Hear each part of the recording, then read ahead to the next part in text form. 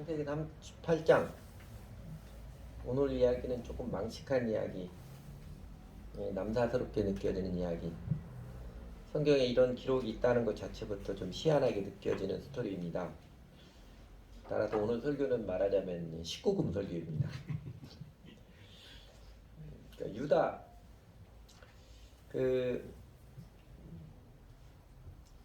지난주에도 봤던 야곱의 12아들이고 유다는 그 중에 레아에게서 난 네 번째 아들이지요. 그리고 그림으로 보면 이렇습니다. 유다가 수아라고 그랬는데 히브리 성경이 수아의 딸이라고 번역도 가능하고 수아라고도 번역이 가능합니다. 대부분 성경은 수아의 딸이라고 번역을 했어요. 수아의 딸과 결혼을 해서 엘, 오난, 셀라 세 아들을 낳았지요. 그리고 이제 엘의 아내로 다말이라는, 유대인인지 이방인인지 이름으로 봐서는 유대인 같아요.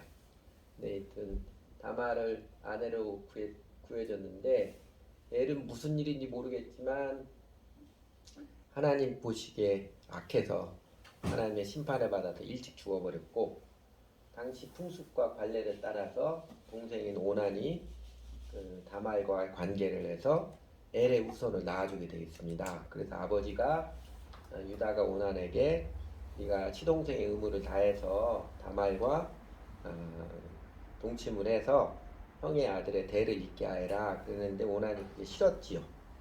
싫었던 것 같습니다. 싫어서 동침은 하긴 하는데 애는 낳지 않는, 성경에 보면 구절에 보면 오난이 형수와 동침할 때마다 정액을 땅바닥에 쏟아버리곤 했다 그러잖아요. 한 번 그런 게 아니고, 그러니까 이제 이 오난의 그 잔머리 굴리는 거죠. 책임은 행하지 않고 자기 쾌락만 누리는 모습을 하나님께서 악하게 보셔서 하나님께서 오난도 일찍 죽게 하셨습니다.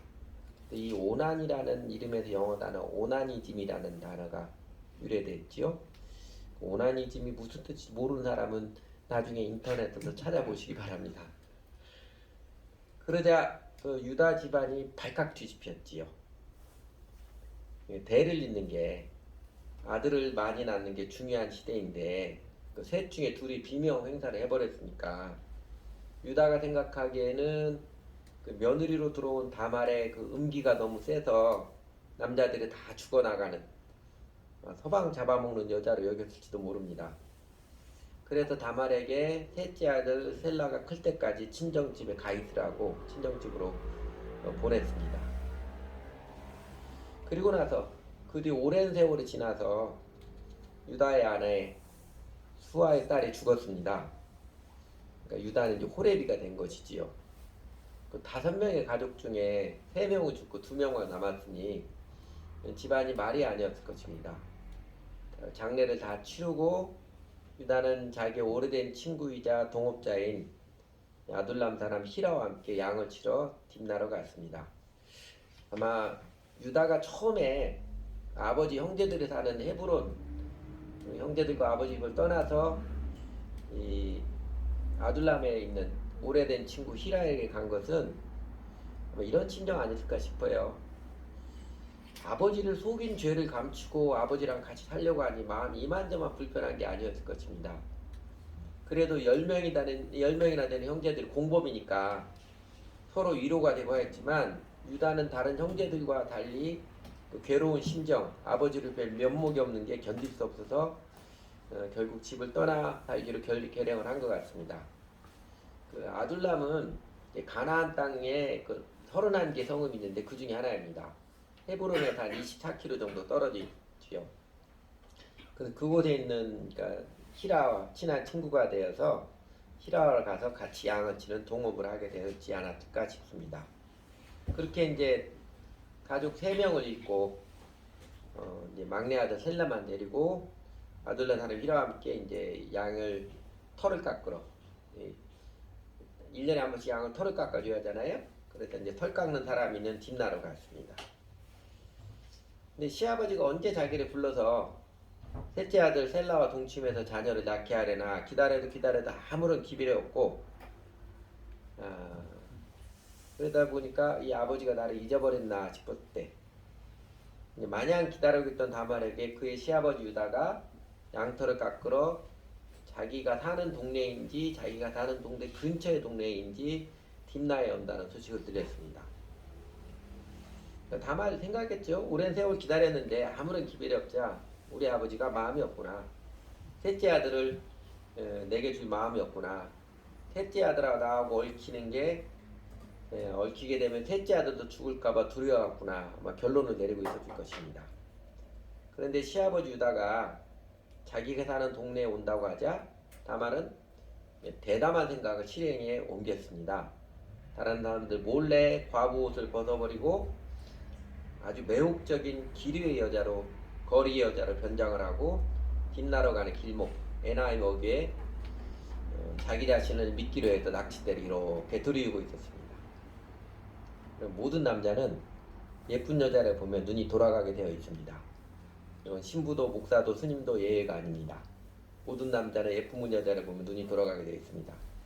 유다도 길가에 앉아있는 고혹적인 자태 여자를 보고 또 보고 아내와 사별한 이후 마음도 몸도 허전하던 차에 이리 오너라. 오늘 밤에는 내가 너와 함께 하겠다 하고 손을 내밀자 어르신께서는 그 대가를 저에게 뭐 주시겠어요? 나는 양과 염소가 많은데 염소 새끼 튼튼한 놈을 한 마리 주면 되지 않겠냐? 좋아요. 그런데 염소 새끼는 지금 없지 않습니까? 나중에 염소 새끼 보내주실 때까지 제게 담보물 하나 주세요. 염소 새끼 보내주시면 그때 돌려드리겠습니다. 담보물로 뭘 주면 좋을까? 세 번째에게는 도장하고 허리끈하고 지팡이하고 세 개로 되어 있는데 아까 우리 기쁨자매가 읽었던 개혁개정처럼 아마 도장에 끈 달린 그때 풍습으로 도장에 끈을 다 목에다 걸고 다녔거든요. 끈 달린 도장하고 지팡이 두 개이지 않을까 싶어요. 지금 갖고 계신 목에 걸린 그 도장 끈 달린 모장하고 지팡이하고 그거면 충분하지 않겠습니까? 그래 내 말대로 하자 하고 담보물을 거리 여자에게 주고 하룻밤을 함께 지냈습니다. 다만 날이 새어서 얼굴이 들키지 않도록 먼저 빠져나와서 아무도 몰래 집으로 돌아와서 너울을 벗고 다시 과부의 옷을 지내며 이제 얼마 지나자 임신을 한 걸 알게 되었습니다. 유다는 오랜만에 자신의 육체의 욕구를 해소하고 돌아와서 자기에게 허물없는 친구죠. 아둘람 사람 히라에게 부탁을 해서 내가 이만저만해서 그 딥나에서 그 창녀랑 하룻밤을 자게 됐는데 이렇게 됐다. 아무도 몰래 딥나에 있는 창녀를 만나서 염소새끼 한 발을 주고 내 도장과 그 지팡이 담보물 좀 찾아오라 부탁을 했습니다. 친구가 딥나에 가서 에나임으로 가는 길가에 주로 앉아있는 거리 여자가 어디 있냐고 딥나 사람들이 물어봤지만 다들 교회를 가기 갸우뚱하면서 우리 동네에 그런 여자 있다는 소리 한 번도 못 들었습니다.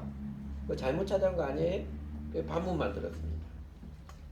결국 히라는 유다에게 돌아가서 딥나에서 수소문을 찾아봤는데 거기에는 그런 여자 없다고 하던데 아무도 그런 여자 본 적 없다고 해서 별로 못 찾았네. 친구야 내가 도움이 안 돼서 미안하다.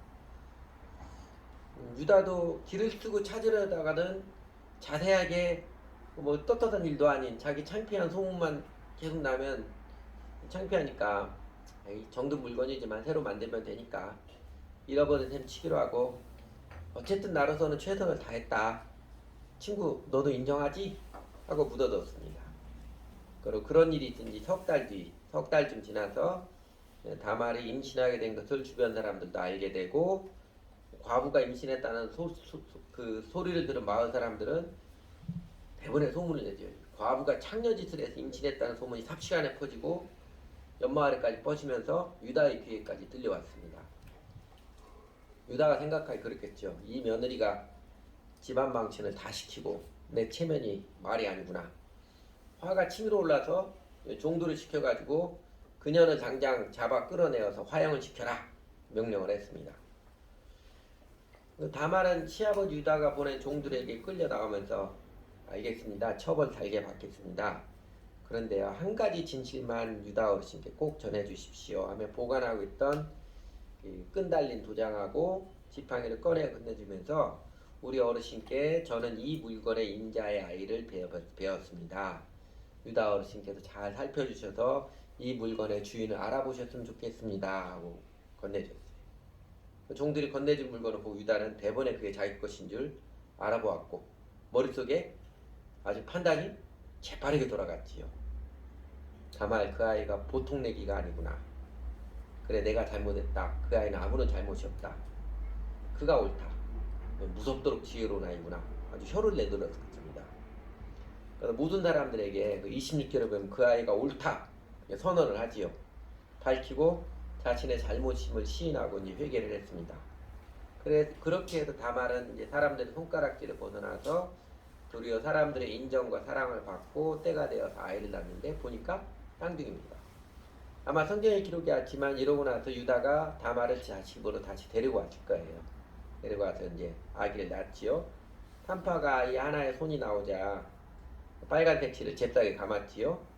어쨌든 친체 일부라도 먼저 나오니까 형이니까요. 그런데 희한하게 그 빨간색 실이 감긴 아이 손이 다시 엄마 몸 속으로 쏙 들어가더니 다른 아이 동생이 먼저 나오고 뒤에 손목에 붉은 실이 감은 형이 나중에 나오는 것입니다. 형을 밀치고 나온 동생 이름이 베레스이고 쇼트트랙 발레 빌기 하듯이 손내밀기 먼저 해서 아침 명색이 형이 된 그 형의 이름이 이제 세라라고 했습니다. 그런데 이 베레스가 누구냐면은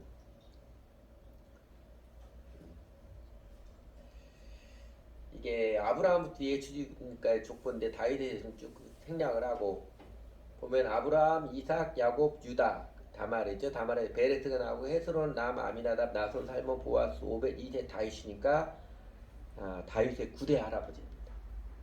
다윗의 9대 할아버지고 그리고 예수 그리스도의 육신의 조상이고요. 그 창세기 38장은 창세기 후반부가 야곱의 이야기했다가 요셉의 이야기잖아요. 37장까지 쭉 36장까지 야곱의 이야기했다. 37장부터 요셉의 이야기 시작되는데 갑자기 유다와 다말 이야기 38장 뛰어들어가고 39장에서 다시 요셉의 이야기가 전개됩니다. 그냥 38장 없으면 훨씬 더 문맥의 흐름이 자연스러울 것 같은 요셉의 이야기 흘러가는. 근데 마치 개밥이 도토리 마냥 38장이 불쑥 뛰어든 것처럼 느껴지곤 합니다. 요새 애들 말 이건 또 뭡니? 이렇게 느껴지게 하지요. 그리고 더군다나 그 내용도 무슨 썬데이 서울 기사 같고 예. 그래서 없는 게 낫겠다 느끼는 사람들이 성경학자들 중에도 꽤 있었습니다. 유명한 구약학자인 폰라드라는 유명한 구약학자 있는데 폰라드마저도 다말 이야기는 후대에 삽입된 것이다 그렇게 말했고 또 다른 구약학자 에머트는 다말 이야기는 가나안 사람들의 가나안 집단에서 기원한 것이다. 이게 삽입된 것이다. 이렇게 말하기도 했습니다. 근데 여러분 우리가 잘 알고 있는 디모데후서 3장 16절에 보면 모든 성경은 하나님의 감동으로 된 것으로 교훈과 책망과 바르게 함과 의로 교육하기 유익하니 여러분 많이 암송하고 계시지요? 거기서 모든 성경은 구약 성경입니다. 아직 신약 성경 완성되기 전이니까요. 그러니까 창세기 38장도 모든 성경이니까 실수로 성경에 끼워진 이야기가 아니라는 것입니다. 그러면 여러분 창세기 38장 전 문맥은 그 문맥을 그럼 어떻게 이해하겠습니까? 오늘 이야기인데 아니군요. 요거 먼저 봐야 되는데 우선 핵심 키는 지난주에 본 30장 2절에 야곱의 족보는 이러하니라 이 구절입니다.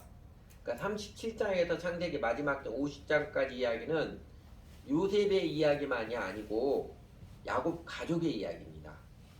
그 중에 제일 많은 분량이 스포트라이트가 야곱 가족을 살린 요셉에게 맞춰져서 요셉의 이야기가 많이 있지만 요셉 이야기만 있는 게 아니라는 것입니다. 그리고 또 창세기 49장에 보면 야곱이 죽기 전에 마지막으로 자기 12 아들들을 축복하고 예언하는 내용이 나오지요. 그 중에 넷째 아들 유다에게 예언한 내용이 이렇습니다. 49장 8절에 보면 유다야 너의 형제들이 너를 찬양할 것이다. 너는 원수의 멱살을 잡을 것이다. 너의 아버지의 아들들이 내 앞에 무릎을 꿇을 것이다. 네가 형제들 중에 12형제들 중에 제일 어른이 될 것이다. 이렇게 말하는 것이고 10절에서 임금의 지휘봉이 유다를 떠나지 않고 통치자의 지휘봉이 자손 만대에까지 일 것이다 그러지요. 이거는 넷째 아들 유다에게 장자권이 이어짐을 가리켜 줍니다. 장자권 말 그대로 원래는 장자, 맏아들이 누리는 권리인데 사실 유다는 아까 보았던 건 넷째 아들이지요. 여기 보았던 것처럼 같이 보죠. 그 첫째 아들 루벤은요 아버지의 첩인 비라와 동침을 해가지고 그 큰 죄를 보면서 탈락을 했고, 시므온과 레위는 그 디나를 강간한 세겜을 그 세겜 사람 속이고 칼을 들고 가서 세겜의 남자들 모조리 다 죽인 장본인들이 시므온과 레위입니다. 도에 지나친 폭력을 뒤둘러서 장자권을 계승하지 못했습니다. 그래서 장자권이 넷째 아들 유다에게 이어져 내려온 것입니다. 여러분, 아브라함, 이삭, 야곱으로 이어지는 이 가문의 축복, 그 가문의 축복이 크게 두 가지 내용이잖아요. 하나는 내가 창대케 되리라, 풍요롭게 된다는 것이고, 그리고 또 하나는 많은 민족이 내게로부터 나오리라. 진정한 왕권이 야곱의 가문, 아브라함, 이삭, 야곱의 가문을 통해서 나온다는 것, 메시아가 야곱의 후손을 통해서 나온다는 것입니다. 그러니까 풍요롭게 된다는 예언은 요셉을 통해서 실현되었고, 영원한 왕권의 예언은요 바로 유다를 통해서 이어졌습니다. 요셉은 이스라엘 가족을 구원하는 아들이 되었고, 유다는요 이스라엘의 가문에 대를 잇는 장자권을 이어받는 아들입니다. 이렇게 창세기 30장에서 50장까지는요 야곱의 가족 이야기에서 두드러지게 주목하는 두 아들이 요셉과 유다입니다. 창세기 38장 요 내용이 있기 전에 요셉이 이집트에 팔려가서 30장 마지막에 팔려간 이야기잖아요. 그래서 요셉이 가족 형들과 다시 만나기까지 최소 22년이라는 적지 않은 세월이 흘렀습니다. 요셉이 17살쯤에 팔려갔으니까, 그리고 총리가 된 게 30살이거든요. 30살이고 그 다음에 7년 흉년이 들었지요. 7년 먼저 흉년이 되고, 그 다음에 2년 흉년이 되고, 그걸 다 합치면 최소 22년입니다. 아니 7년인데 2년은 감옥에서 꿈에 모아서 2년 더 기다린 것까지 2년 더 기다린 것 합치면 22년인데, 그 22년 요셉은 이집트에서 종살이 옥살이 연단을 받는 동안 그 야곱의 가족에게서 일어났던 대표적으로 중요한 일이 야곱의 축복 중 장자권이 유다를 통해서 계승된 창세기 38장 이야기입니다. 그렇게 보면 창세기 37장과 38장 사이에 39장 사이에 38장 유다의 스토리가 들어가 있는 것은 전혀 이상한 게 아닙니다. 한 걸음 더 나아가면 여러분, 요셉도 유다도 사실 구원자의 신 예수님의 모형입니다. 구약 성경의 모든 역사와 사건의 기록들은 신약 예수 그리스도의 모형과 그림자잖아요. 요셉도 유다도 사실 구원자의 신 예수님의 모형입니다. 요셉은 세상의 모든 사람들에게 생명을 더 풍성히 얻게 하시는, 진정한 풍요의 삶을 이끌어 주시는 구원자 예수님의 모형이고요. 유다는요 하나님과 인간을 화해시키는 영원한 화해자 예수 그리스도의 모형입니다. 원래 그런 기질이 조금 있었지 않나 싶어요. 우리 지난번에 봤던 것처럼 요셉의 형들이 다 요셉 죽여버리자고 했을 때, 루벤 형은 장남은 죽이지는 말라 했을 때 중간에 딱 타협책을 낸 게 유다잖아요. 팔아버리자, 죽이지는 말자. 그게 유다였었지요. 그리고 창세기 43장에 보면 그 후로 스토리가 이렇게 되잖아요. 그러니까 흉년이 들어서 요셉의 형들이 결국 요셉의 형들도 이집트로 양식을 구하러 갔습니다. 베냐민만 빼놓고 10명이 가지요. 근데 이제 총리가 된 요셉의 손아귀에 노란하는 신세가 된 형들이잖아요. 그 요셉이 교묘하게 조작을 해가지고 그냥 편히 못 가게 해서 떼도둑으로 몰아가지고서는, 그리고 나서 시므온을 볼모로 이집트에 잡아놓고 9명만 아버지 집으로 돌려보냅니다. 너희가 진실한 거 증명하려면 너희 집에 가서 너희가 말할 막내 아들 베냐민 데려오면 내가 너희 형제 중에 하나 시므온까지 다시 돌려보내주겠다. 빨리 막내 아들 베냐민을 데리고 다시 이집트 가야 그 이집트 총리에 가서 보여주어야 오해를 풀고 시므온도 데리고 오는데, 이 가족의 아버지 야곱이 베냐민은 절대로 내 곁을 못 떠난다 하니까, 그리고 이 아들들이 이전에 자신들이 아버지를 속였던 죄가 있기 때문에, 요셉을 팔아먹은 요셉 죽었던 죄가 있기 때문에 아버지한테 세게 말을 못하지요. 결국 양식이 다 떨어질 때까지 미루고 하잖아요. 양식은 다 떨어졌는데 아버지는 꿈쩍도 안 하고, 아버지께 나와서, 아버지 야곱이 나와서 아버지 그래도 베냐민을 데리고 나와야 우리가 다 몰살하지 않습니다. 간곡하게 설득을 해야 된다. 아무도 나서지 않은데 그때 아버지 앞에 나와서 아버지 마음이 아프시겠지만 그래도 베냐민 데리고 다녀와야 우리 가족이 다 먹고 살 수 있습니다. 이 기근은 보통 기근이 아닙니다. 간곡하게 설득을 하고 예언을 한 사람이 바로 유다입니다. 아버지와 아들들 간의 갈등의 곤란함을 자체해서 해결사로 화해자로 나섰던 사람이지요. 그리고 이제 창세기 34장 그렇게 해서 형제들이 베냐민을 데리고 이집트로 다시 왔을 때 다시 한번 총리가 된 요셉의 손아귀에 다시 한번 놀아나지요.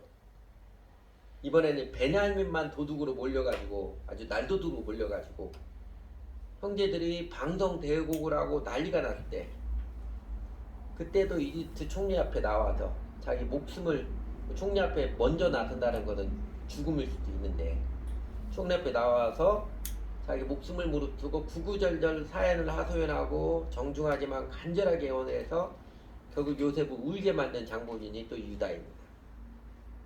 이번엔 형제들과 요셉이 화해케 되는 그 촉매 역할을 톡톡히 하는 화해자 유다입니다. 그러니까 요셉은 진정한 풍요의 삶을 이끌어낸 구원자 예수 그리스도의 모형이고 유다는요 화해자의 모형입니다. 하나님과 인간 사이의 영원한 화해시키는 예수 그리스도의 모형입니다. 그러면 여러분 창세기 후반부 좀 길게 설명은 했지만 야곱의 족보 가족 이야기 중에 요셉 이야기와 함께 창세기 38장 오늘 보면 유다 얘기가 나오는 게 전혀 이상하지 않지요? 이상하지 않지 오히려 자연스러운 이야기입니다. 그러면요 그래도 좀 남사스러운 내용의 유다와 다말의 썸씽 이야기 창세기 38장에서 우리가 들을 수 있는 또 받아야 하는 메시지는 무엇일까요? 이번에도 세 가지를 꼽아봤습니다. 첫 번째는요 요것부터 기억을 하고 싶어요. 그 죄의 심각성 그리고 회개의 회복 능력을 기억하고 싶습니다. 죄에는 하나님이 형벌했다는 죄의 심각성 그리고 회개의 아름다운 회복 능력과 감격을 기억하고 싶습니다. 유다의 장남 엘의 죄악이 무엇인지 밝혀주지 않았지만 엘, 오난 하나님 보시기에 매우 괘씸하여서 일찍 죽는 하나님의 심판을 받았습니다.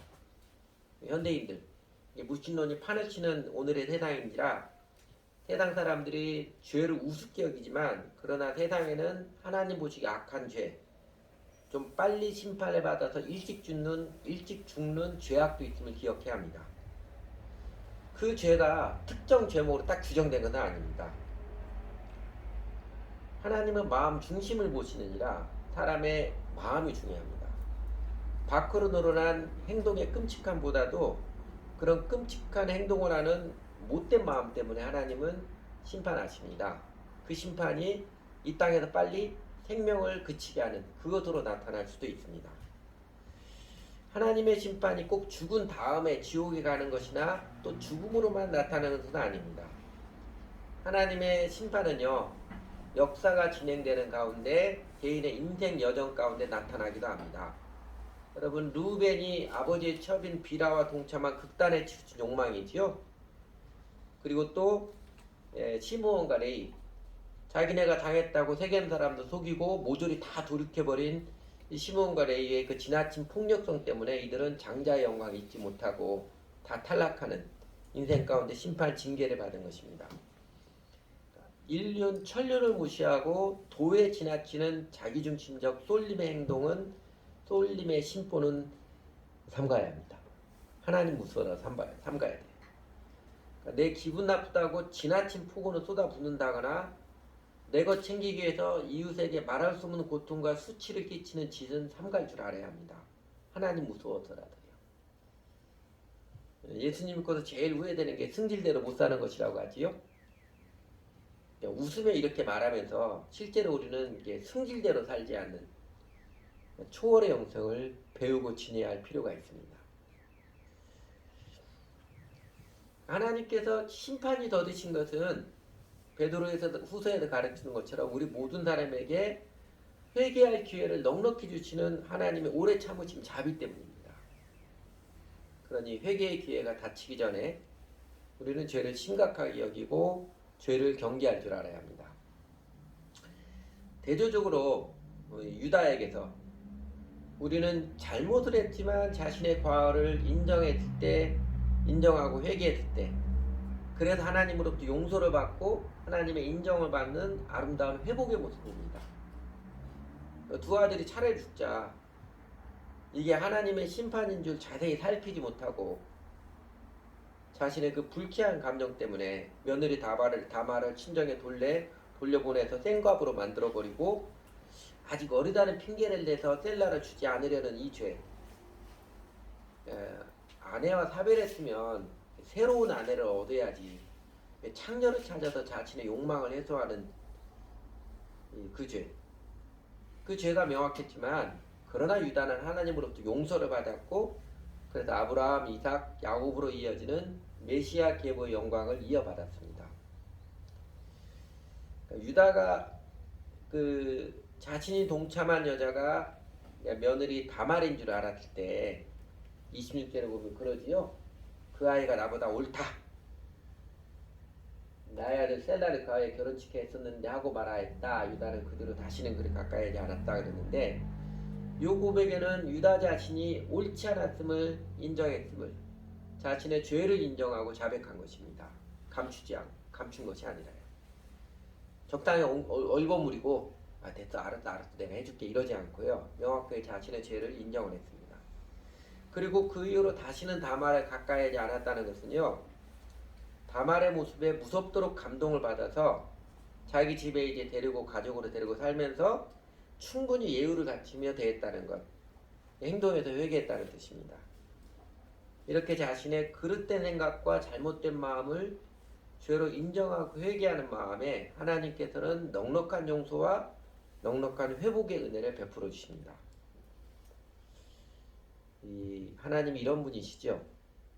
요한일서 1장 8절 9절에 보면 명확하게 대조를 보이는 만일 우리가 똑같이 조건으로 나오죠. 8절에서는 죄가 없다고 말하면 스스로 속이고 또 진리가 우리 속에 있지 아니할 것이요. 그 다음에 어떻게 될지는 그 다음에 하나님이 심판하십니다. 이건 안 봐도 다 느끼지요. 그러나 9절 만일 우리가 우리 죄를 자백하면 그는 미쁘시고 의로우사 우리 죄를 용서해 주시고 사하시며 우리를 모든 불의에서 깨끗하게 해주실 것이요. 그러니까 심판과 용서에 대해서 하나님은 겉으로 나타나는 행동보다도 마음 씀씀이 심포가 어떠냐를 훨씬 더 중요시 여깁니다. 심판과 용서에 대해서 하나님은 죄악의 크기보다도 자기 죄를 인정하고 회개하느냐 아니 그렇지 않느냐에 따라서 천국행과 지옥행으로 판가름하십니다. 둘째, 유다와 다말의 남사스러운 썸씽 이야기를 통해 우리가 받아야 될 영적인 메시지. 두 번째는 이거를 꼽고 싶습니다. 하나님의 은혜의 섭리를 인정하고 하나님의 은혜 안에 살아가기를 배우고 싶습니다.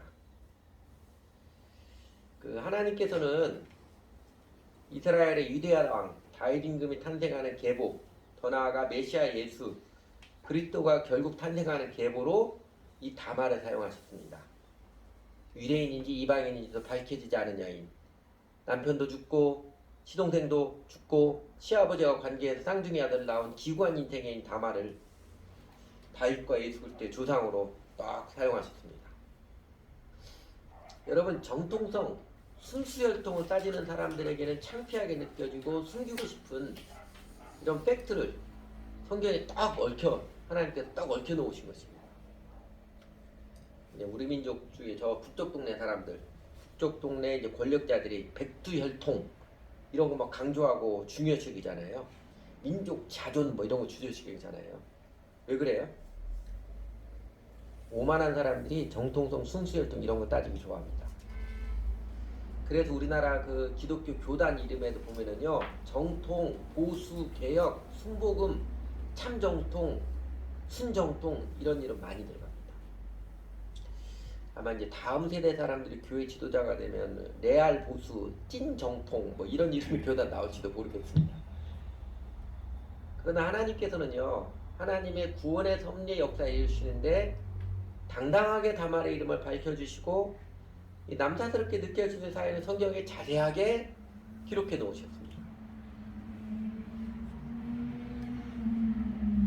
이건 제가 안 넣는군요.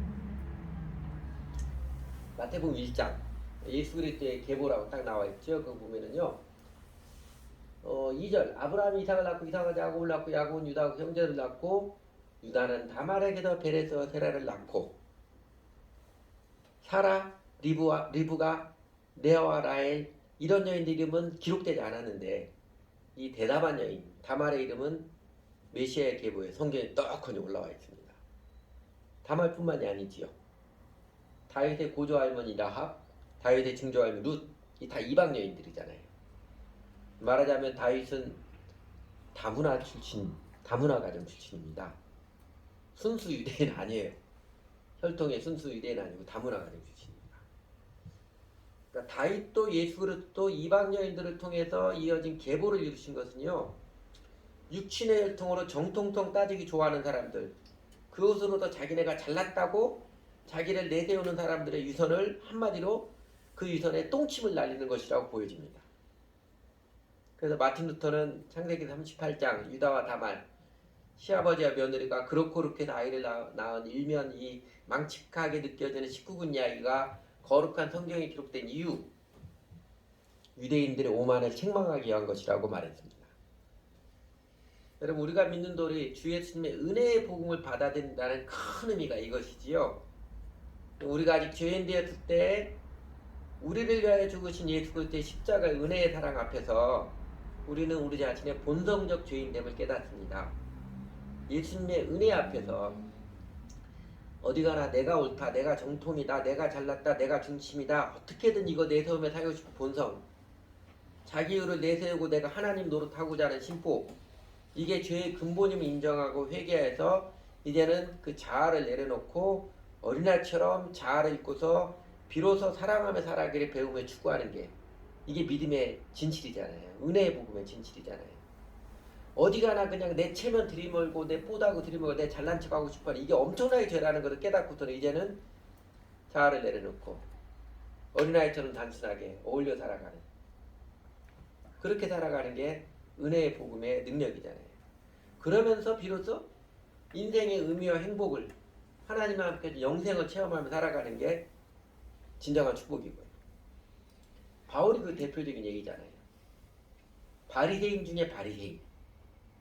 정통 종교인 중에 최고로 정통 종교인이 되려고 타의 추정을 불허하는 노력, 수고를 아끼지 않았던 바울인데 그러나 그러면 그럴수록 자신의 속 영혼이 뿌듯해지는 게 아니라 잠깐 그냥 기분 좋고 뿌듯해지는 오만해지는 것도 잠깐이고 그러면 그럴수록 속에서 더 쫓기고 다른 사람에 대한 판단과 지출은 더 민감해지고 점점 속이 뒤틀려지면서 불편해진 것을 외형의 축으로 억누르며 그래서 더 극단적인 행동으로 자기 의를 삼고 있었던 사람이 바울이잖아요. 결국은 예수 믿는 사람을 잡아 죽이기까지 하려고 했다. 그런 바울에게 가시체를 뒷발질하기가 내게 고역이니라. 한 한마디로 영혼의 실상을 깨우쳐 주시고 나는 네가 핍박하니 예수라 말씀하시며 예수님께서는 사랑으로 만나 주셨습니다. 그 진리와 사랑 앞에서 바울은 자아가 무너져 내렸습니다. 어디 가나 자기 의를 내세우려 했던 심보 내가 잘난 거 내세우는 게 이게 존재 이유고 인생의 목적이었던 그게 죄의 뿌리이고 자기 인생의 근본 문제임을 깨닫고 회개하고 이제는 예수님의 은혜 안에 사는 것을 배우며 심령의 자유와 행복을 그는 만끽했습니다. 그래서 그의 평생의 삶을 그가 뭐라고 고백을 해요? 은혜의 복음을 증거하는 일에는 뭐 사명감을 가지고 불타는 사명감 이런 거 아니에요. 자기 안에 너무나 은혜의 복음 안에 자기를 영혼을 해방시키는 그게 즐거우니까 아무것도 없어도 나는 이 은혜의 복음을 증거하며 살겠습니다. 그 고백하는 것입니다. 은혜의 복음을 증거하는 일을 자기 인생의 소망이고 즐거움이고 자랑으로 당당히 고백하며 마음속에 너무 기쁘고 즐겁기 때문에 하나님은 은혜 안에 너무 기쁘고 즐겁기 때문에 유대 종교인들이 아무리 위협을 하고 해방을 놓아도 자신 안에 있는 영혼의 행복과 자유를 만끽하게 해준 은혜의 복음을 전하는 일을 멈출 수가 없습니다. 그게 너무 좋고 신나서 은혜의 복음을 받아들이고 자신처럼 또 하나님 은혜 안에서 영생을 누리며 살아가는 사람들을 보는 게 너무너무 즐겁고 행복하거든요. 그게 너무 좋아서 그는 은혜 안에 살고 은혜의 복음을 전하며 살았습니다. 여러분 신앙생활 은혜로 살고 계십니까? 아니면 체면, 내 잘난 척하고 싶은 태도, 자기 의에 연연하면서 혹시 교회 생활도 그렇게 하고 있지는 않나요? 은혜의 복음을 모르면은요, 심지어 교회당 안에서도 교회 생활도 하나님 앞에서가 아니라 사람들에게 나 잘났네 하려고 웃음꼴을 연출합니다. 그 대표적으로 나타나는 게 교회 오는 사람들이 직분에 연연하는 거예요. 나이 들어서 웬만한 남자들 뭐 집사 이거 안 해주면 다 교회 떠나요. 다른 교회들은. 우리 교회가 좀 이상한 거지. 그러면서 집사 달라고 하는 사람도 한 사람도 없고 달라고 해도 안 받으려고 오고 이러니까요. 은혜의 복음 몰라서 그럽니다. 그렇게 웃음꼴을 연출하지 말아야지요. 하나님 바로 알고요. 여러분 하나님의 은혜를 알고 그 은혜 안에 거하며 사는 게 예수를 믿는 신앙의 본질입니다. 은혜가 생명입니다. 그래서 그 은혜를 알면 다른 사람이 뭐라고 해든 누가 나를 인정해도 해주냐도 어린아이처럼 마냥 하나님 앞에서 즐거워 기뻐하며 사랑하며 살아가는 삶을 배우고 누려갑니다. 유다와 다말의 쪽팔리는 이야기가 성경에 기록된 이유, 하나님께서는 그 은혜로 하나님의 뜻을 이루시고 세상의 모든 사람들에게 자기의, 자기 체면, 자기 존재감, 이게 집착하는 죄의 심보를 버리고 은혜의 주 예수 그리스도를 믿음으로 은혜 안에 살라고, 그래서 비로소 영생을 누리며 살라는 하나님의 사랑의 뜻입니다.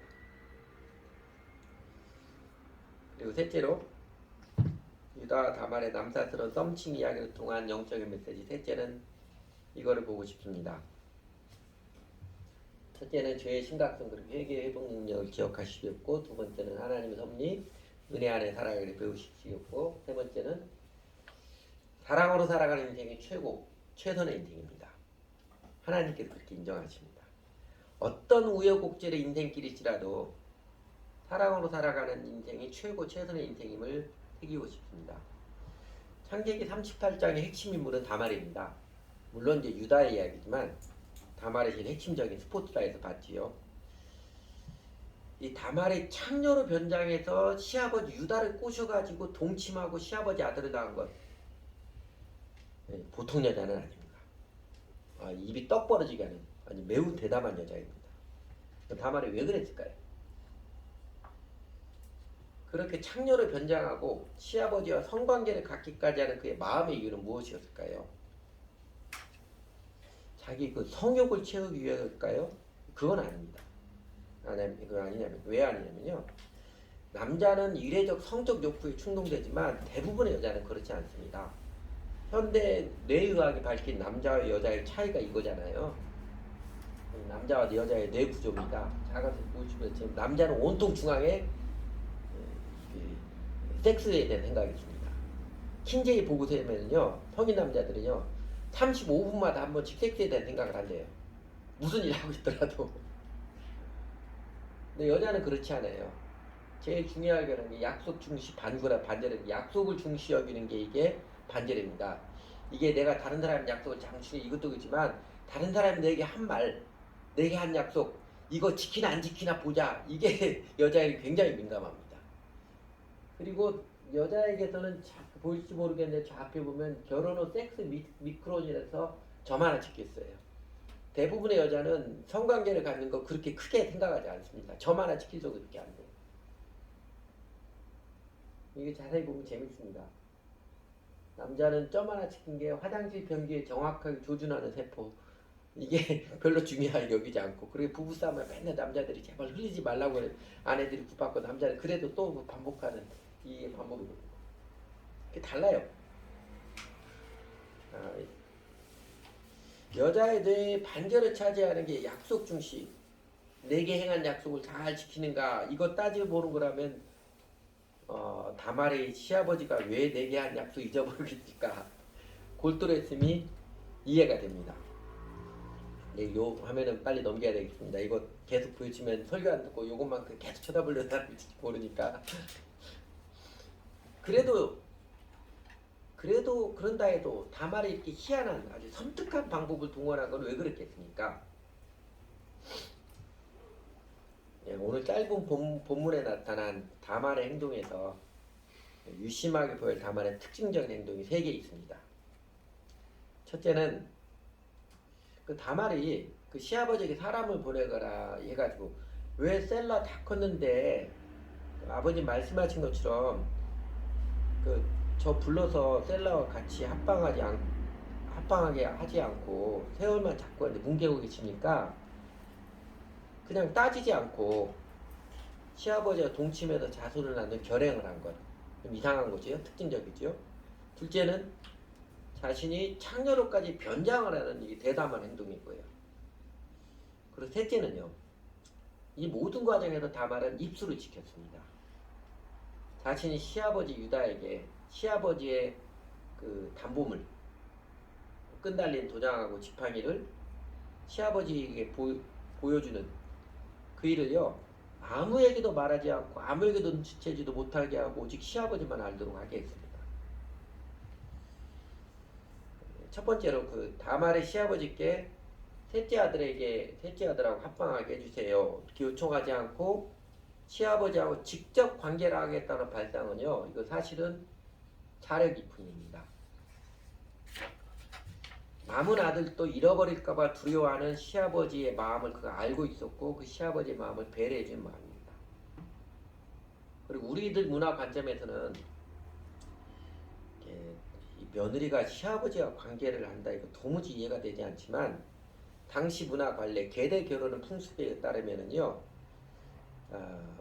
시아버지일지라도 과부가 된 며느리를 통해서 후손을 보는 것 계대 결혼은 한 모습입니다. 예를 들어 외아들이 있는데 외아들이 죽어버렸어요. 근데 시아버지가 며느리에서 자손을 있게 하는 것도 계대 결혼 한 풍습입니다. 그러니까 다말은 시아버지의 두려움을 배려하면서 나아가 시아버지의 대를 잇게 하겠다는 사려 깊은 사랑의 배려를 한 것입니다. 이렇게 설명을 해도 우리는 느낌이 잘 안 와요. 그렇지만 곰곰 생각해보면 사랑의 배려입니다. 그리고 창녀로 변장하는 것 이게 어디 쉽겠습니까? 연극 배우들 중에는 요새는 좀 덜하지만 아무리 연극이라도 영화하고 연극을 나 그 악역 못하겠습니다 하는 사람 꽤 많이 있어요. 근데 이거는 연극도 아닙니다. 그러니까 보통 사람이 못하는 대담한 행동 사람들에게 들킬 위험을 감수하고 감행하는 것은 자기 부인이 필요합니다. 다말의 자기 부인이에요. 욕망을 위해서 성욕을 채우려 자기 부인이 아니라 시댁을 향한 시댁의 가게가 끊기지 않고 대를 잇게 하기 위한 사랑의 자기 부인입니다. 그리고 더 나아가 그 모든 과정을 아무에게도 말하지 않고 들키지 않고 과부가 임신했다고 동네 사람들이 난리가 나서 쳐 죽이려 할 때에도 일체 해명하거나 변명하지 않고 침묵하고도 시아버지 유다에게만 사연을 밝혀주는 모습은요 성숙한 사랑의 지혜 사랑의 기술입니다.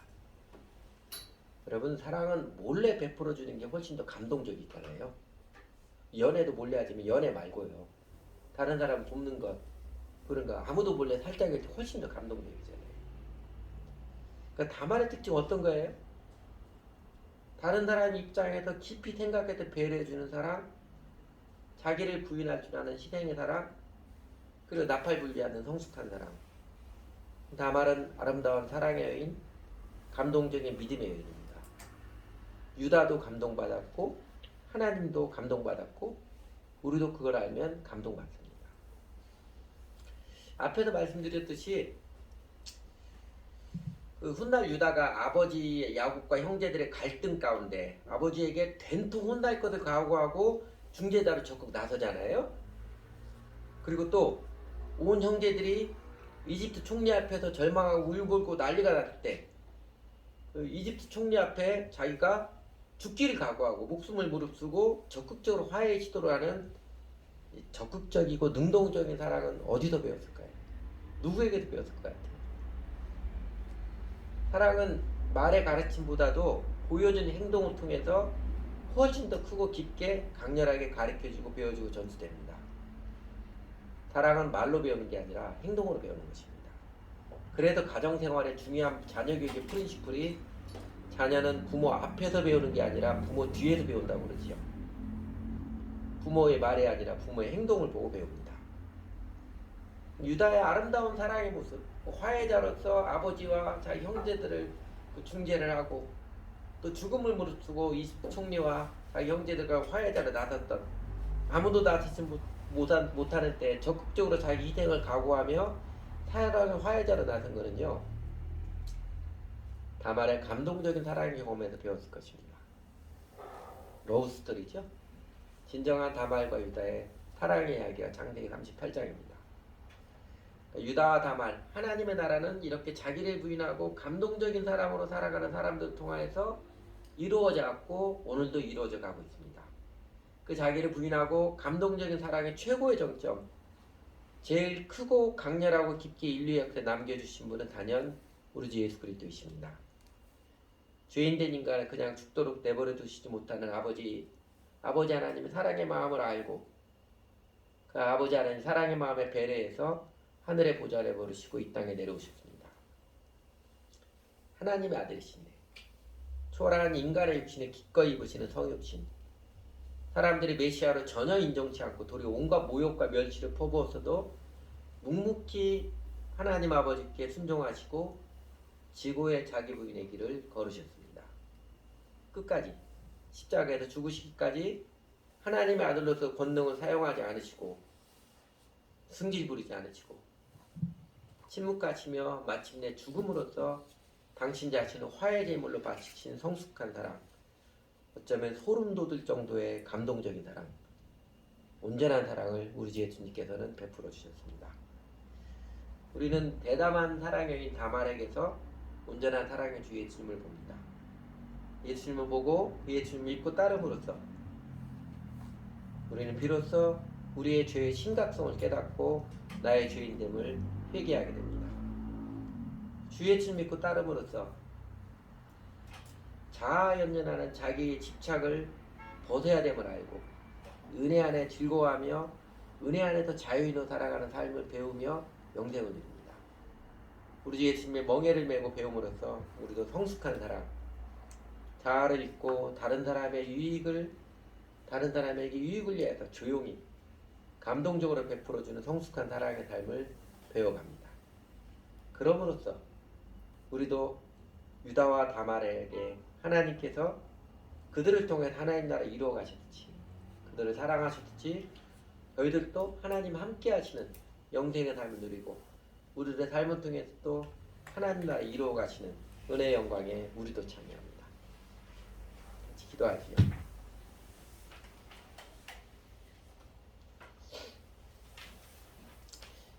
제가 기도하기 전에 먼저 여러분 우리가 각자 기도하도록 하지요. 저희 교인 중에 한 분이 그러더라고요. 그 전에는 왜 설교 끝나고 기도하는 시간 주시지 안 주세요? 그러니까 짧게지만 아마 여러분도 설교 끝나고 기도하고 싶은 마음이 있을 거예요. 먼저 기도하고 그 다음에 제가 기도하겠습니다. 같이 기도하겠습니다.